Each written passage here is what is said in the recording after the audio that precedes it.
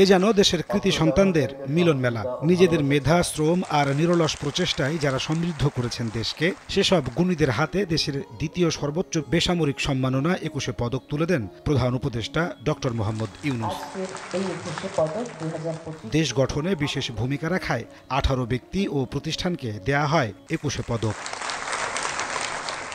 বদলে যাওয়া বাংলাদেশের প্রথম ২১শে পদক প্রদান অনুষ্ঠান, তাই ফুটিয়ে তোলা হয় জুলাইয়ের বীর শহীদদের বীরত্বগাথা। বিশেষ সম্মান জানানো হয় ভাষা আন্দোলন, মহান মুক্তিযুদ্ধ ও জুলাই অভ্যুত্থানের বীর শহীদদের।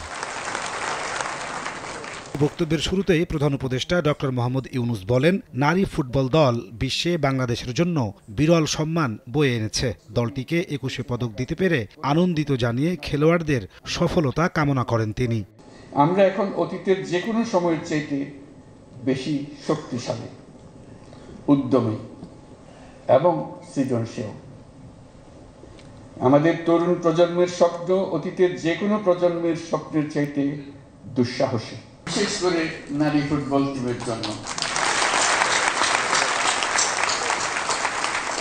তারা আমাদের হৃদয়ে স্থায়ীভাবে আসন নিয়েছে। তারা আমাদের জাতিকে বিশেষভাবে উদ্বুদ্ধ করছে, সেজন্য আমরা তাদের প্রতি কৃতজ্ঞ। জুলাই বিপ্লবের শহীদদের স্মরণ করে প্রধান উপদেষ্টা বলেন, গণ অভ্যুত্থানের মাধ্যমে নতুন বাংলাদেশ সৃষ্টি হয়েছে, সুযোগ এসেছে নতুনভাবে দেশ বিনির্মাণের। বলেন, অভ্যুত্থান পরবর্তী ২১ এক মহান তাৎপর্য নিয়ে হাজির হয়েছে। গত বছরের ৫ই আগস্ট ছাত্র শ্রমিক জনতার অভ্যুত্থানের মধ্য দিয়ে আমরা পেয়েছি এক নতুন বাংলাদেশ। এই বিজয়ের মধ্য দিয়ে সুযোগ এসছে এই নতুন বাংলাদেশ নির্মাণের। দেশের পরিবর্তিত পরিস্থিতিতে এবারের অমর একুশে নতুন তাৎপর্য নিয়ে আমাদের সামনে উপস্থিত হয়েছে।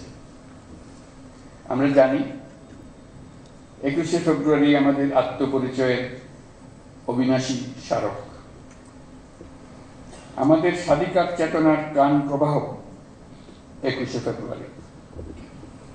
১৯৫২ সালের এই ফেব্রুয়ারি মাসেই রাষ্ট্রভাষা প্রশ্নে পাকিস্তানি শাসকদের চাপিয়ে দেওয়া অন্যায় সিদ্ধান্তের প্রতিবাদে রুখে দাঁড়িয়েছিল ছাত্র সমাজ।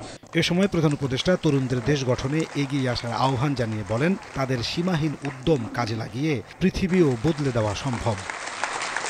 নাজমুস সালেহী, সময় সংবাদ, ঢাকা।